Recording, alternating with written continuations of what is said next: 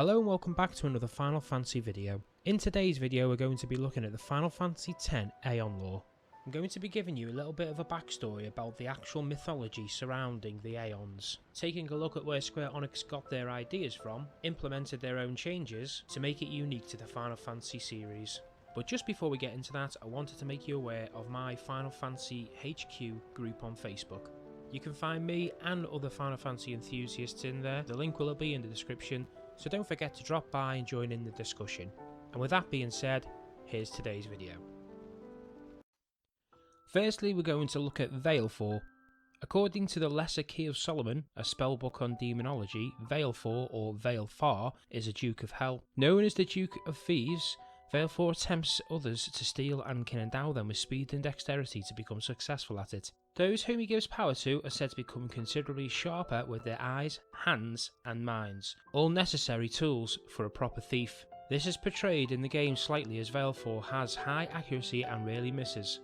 It is said that one can summon him as a familiar as well, meaning that he will stay with the summoner and assist them in, you guessed it, thievery. Most demons will only come to the summoner temporarily while the summoner remains in a protective magic summoning circle. Valefor will do this or upon request go beyond the usual limits and join the summoner in their actions. But be warned, this isn't a good idea. Exiting the summoning circle without closing the portal to the demon world is always a bad idea, and this particular demon has been known to trick some summoners into heisting goods only to bail at them at the last minute. As the saying goes, you can never trust a thief. Next up on our list is Ifrit.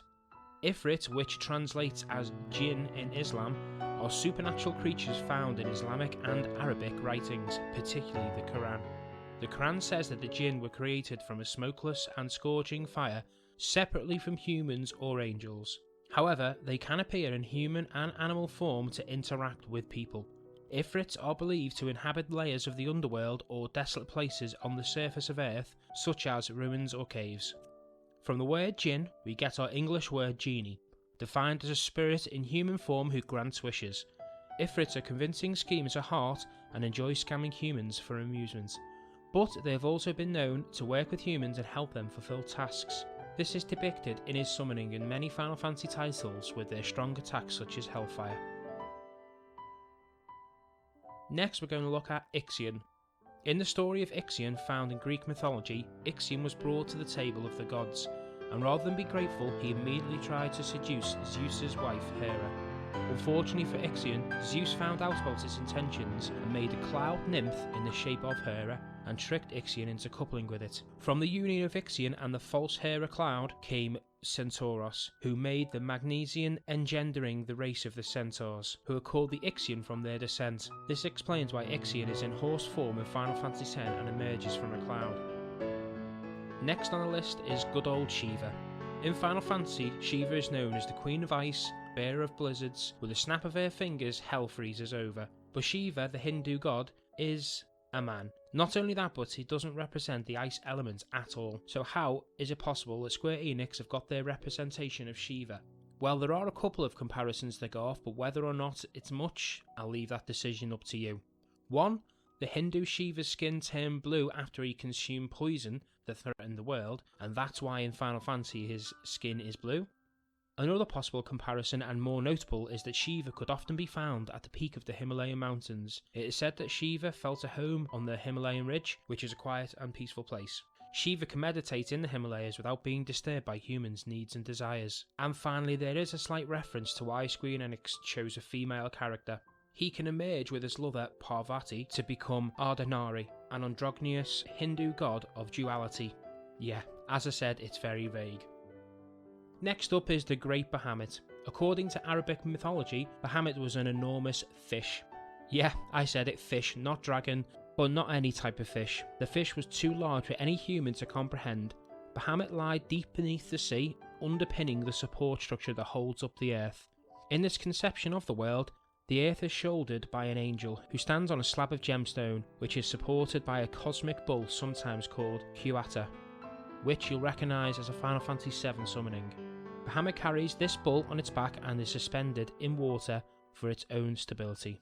But Square Enix clearly get a vision from a more modern version. The game Dungeons & Dragons is responsible for reimaginating Bahamut as the king of dragons, a benevolent platinum dragon, the opposite of the malevolent Tiamat, the five-headed chronomatic queen of dragons, which again can be found in various Final Fantasy titles. Next up is Yojimbo. Not based on anything mythological, but Yojimbo means bodyguard in Japanese. There isn't really much more to go off, but basically they are private bodyguards who are hired, and I guess that explains why Yuna has to pay him. The Yakuza also used Yojimbo bodyguards and trained them as assassins. This could relate to the Zanmato attack. Assassins can kill with one strike, as can Yojimbo.